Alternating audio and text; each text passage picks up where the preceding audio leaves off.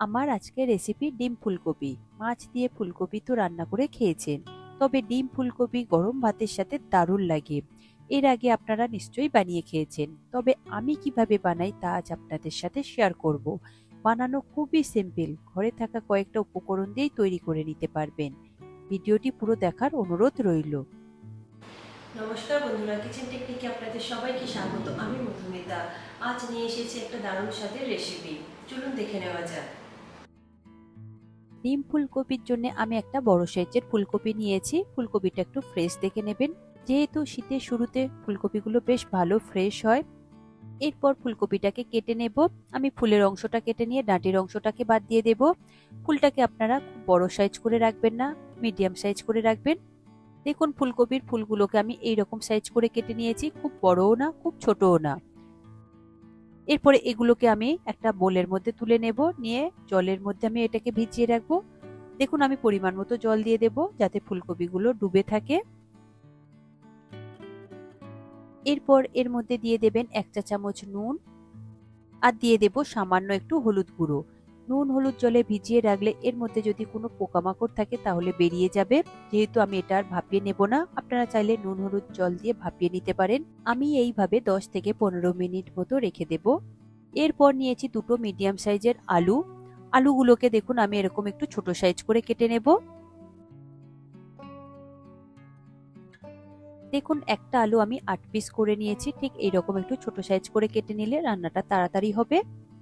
আলুগুলো কাটা হয়ে গেলে সঙ্গে সঙ্গে জলের মধ্যে দিয়ে দেবেন, তা না হলে আলুগুলো কিন্তু কালো হয়ে যাবে। আমি দেখুন নুন হলুদ জলে ভেজানো ফুলকপির সাথেই আলুগুলোকে দিয়ে দেব। এরপর আলু ফুলকপিটা পরিষ্কার জল দিয়ে খুব ভালো করে ধুয়ে নেবেন। এরপর নেব দুটো মিডিয়াম সাইজের পেঁয়াজ। পেঁয়াজগুলোকে আমি ছোট ছোট করে মিহি করে কুচিয়ে নেব।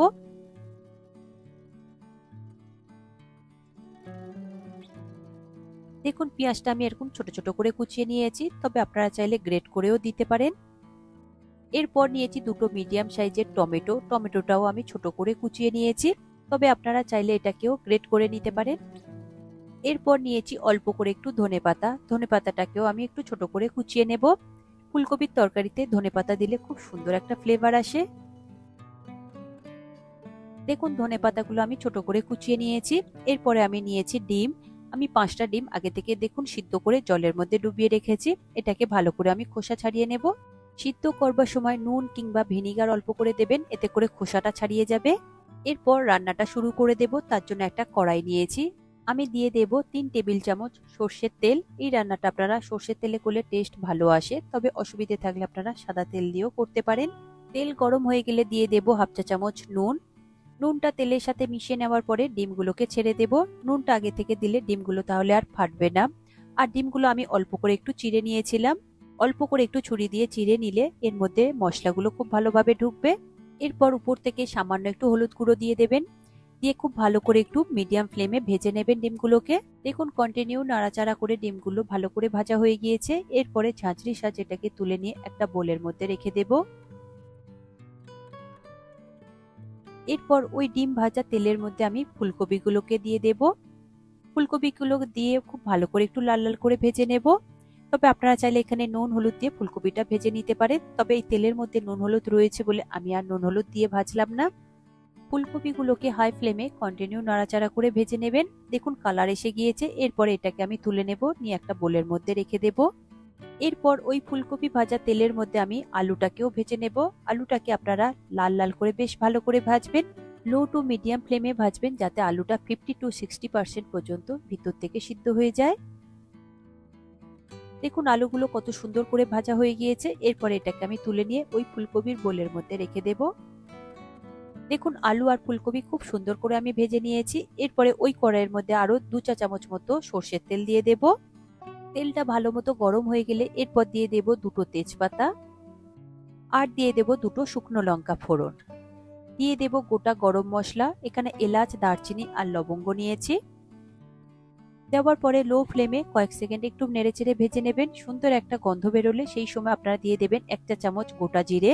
গোটা জিরে দেওয়ার পরে গ্যাসের ফ্লেমটাকে লোতে করে কয়েক সেকেন্ড একটু ভেজে নেবেন। ভাজা হয়ে গেলে দিয়ে দেবেন পেঁয়াজ কুচি।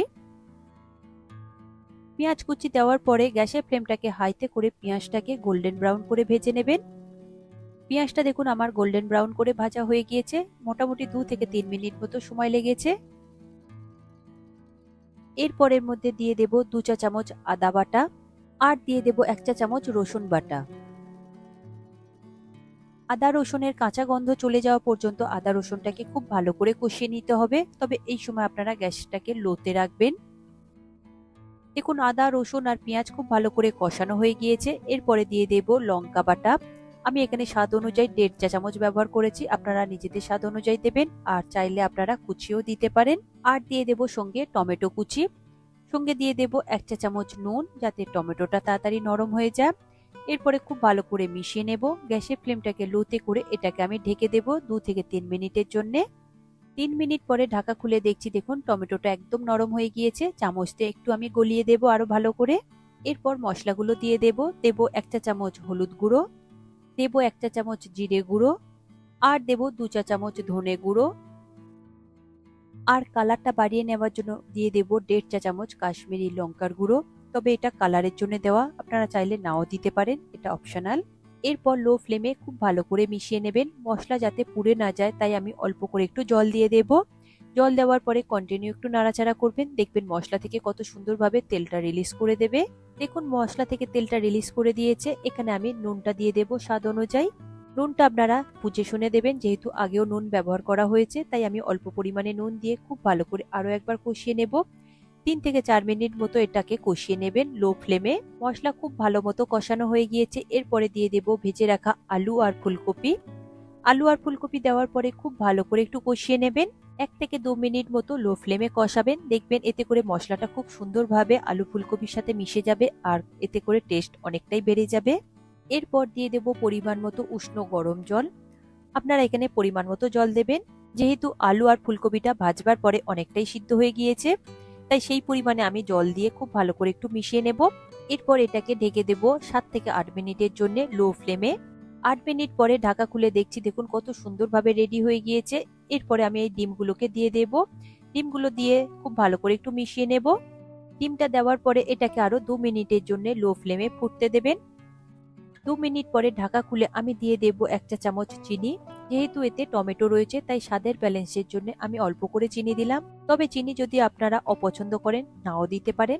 আর দিয়ে দেব 1/2 চা চামচ গরম মশলা গুঁড়ো, আর দিয়ে দেব কুচিয়ে রাখা ধনেপাতা, সঙ্গে দিয়ে দেব 4-5টা মতো চেরা কাঁচা লঙ্কা।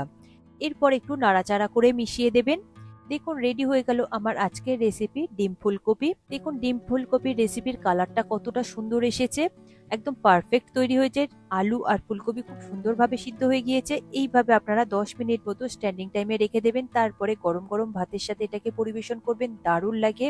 দেখুন আমি একটা বোলের মধ্যে পরিবেশন করে নিচ্ছি। তবে এটা আপনারা রুটি পরোটা দিয়েও খেতে পারেন, খেতে কিন্তু অসম্ভব সুন্দর হয়েছে। সবকিছু কিন্তু ঘরে থাকা উপকরণ দিয়েই তৈরি হয়েছে। তবে এই রান্নাটা কিন্তু খুব ঝটপট, খুব তাড়াতাড়ি হয়ে যায়। আপনারা এইভাবে একবার বানিয়ে দেখবেন। রান্নাটা দেখুন কতটাই সিম্পল, তবে স্বাদে হয়েছে কিন্তু অতুলনীয়। আর আপনাদের যদি কোনো রেসিপির রিকোয়েস্ট থাকে তাহলে আপনারা কমেন্ট বক্সে অবশ্যই জানাতে পারেন। এই রেসিপিটি আপনাদের কেমন লাগলো কমেন্টে অবশ্যই জানাবেন, আর যদি ভালো লেগে থাকে তাহলে লাইক শেয়ার করবার অনুরোধ রইল। সাথে এই রকম সব নিত্য নতুন রেসিপি পাওয়ার জন্য কিচেন টেকনিককে সাবস্ক্রাইব করে রাখবেন।